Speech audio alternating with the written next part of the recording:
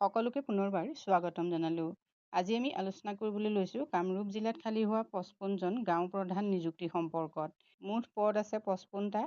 ৰাজহ চক্ৰ ভিত্তিক পদ আছে ইয়াত উত্তৰ গুৱাহাটীত 6টা, কমলপুৰত 7টা, ৰঙিয়াত 7টা, কয়াত 4টা, হাজোত 4টা, বকুত 8টা, পলাশবাৰীত 8টা, চমুৰিয়াত 1টা, ছয়গাঁৱত 4টা, গৰৈমাৰীত 4টা, নগৰবেৰাত 2টা। এই পদসমূহৰ বাবে দশম শ্ৰেণী উত্তীৰ্ণসকলে আবেদন কৰিব পাৰিব। আৰু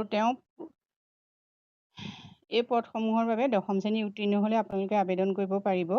লগতে অন্যান্য যোগ্যতাৰ ভিতৰত প্ৰাৰ্থীজন যিখন গাঁও এলেকাৰ বাবে আবেদন কৰিছে তাৰ স্থায়ী বাসিন্দা হ'ব লাগিব। শাৰীৰিকভাৱে সুস্থ হ'ব লাগিব। প্ৰাৰ্থীজন ঋণহীন বুলি ঘোষণা কৰিব লাগিব।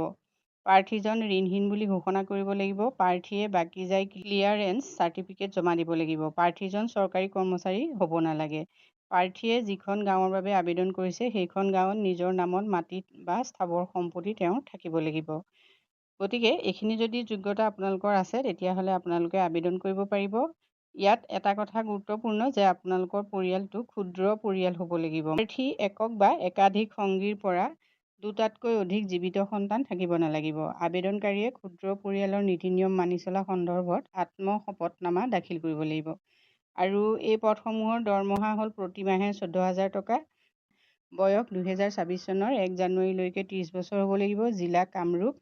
আৰু আবেদন হ'ব অফলাইনত। আবেদনৰ ঠিকনা হ'ল ভূমি ৰাজহ শাখা, সংহত জিলা উপায়ুক্ত কাৰ্যালয়, কামৰূপ, আমিনগাঁও, অসম। এইটো এড্ৰেছত আপোনালোকে আবেদন কৰিব লাগিব। আবেদনৰ শেষ তাৰিখ 20 আগষ্ট।